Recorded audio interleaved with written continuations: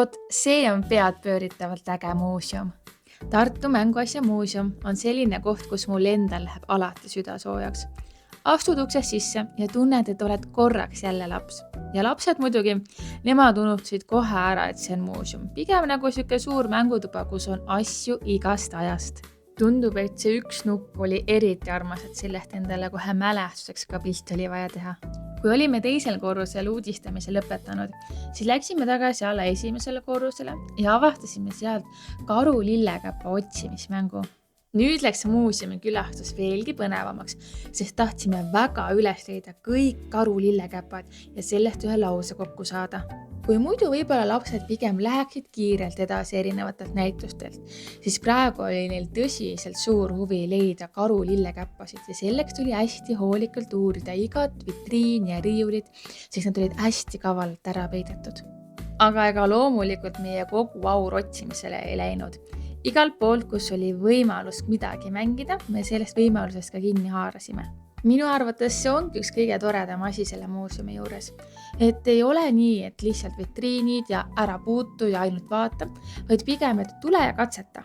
Ma arvan, et meie selle külastuse kindel lemmik oli see näitus, kus oli siis erinevate riikide mängud ja mänguasjad. Näiteks siin mu laps kohe avastaski, et oot emme, kusagilt sa tõid mulle ka selle väikse muti ja saigi kohe kõrvale juurde lugeda, et see on Tsehhist pärit. Seda Tartu Mänguasja muuseumi käed külge näitust Euroopa mänguid tasub kindlasti tulla uudistama terve perega, sest et mängurõõmu jagub kõigile. See võid olla vampiir või siis teha lusikatega munajooksuvõistlust, et kes jõuab esimesena tagasi oma munaga. Ükskõik mida, ma olin tõesti üllatunud, et nii palju asju ühte muuseumisse võib ära mahtuda.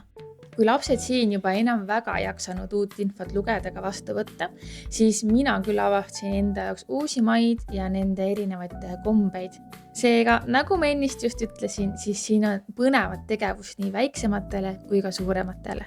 Siin oli eriti lahedasti välja mõeldud, et said lennukiga reisile minna ja siin oli ka piletid Tartu Mänguasja muuseumisse. Kui poemüüja oli kõik oma saiekesed ostjale maha müünud, siis vaatasid nad, milline tegelaskuju nad oleksid. Selleks tuli lugeda ja valida siis vastav värv ja saidki teada, et kes sina oled. Kui mängud said mängitud, siis läksime Poola paberlõike võlukunsti näitusele, kus sai ka ise meisterdada ja värvida. Meie jaoks oli see päev lihtsalt täiuslik, lõbus, avastusrohke ja selline, mis jääb lastele kauaks meelde. Tartu Mänguasja muuseum on kindlasti koht, kuhu me veel tagasi tuleme. Ja kuna lapsed leidsid üles kõik lillekäpad, siis said nad muuseumi poolt auhinnaks pulgakommi.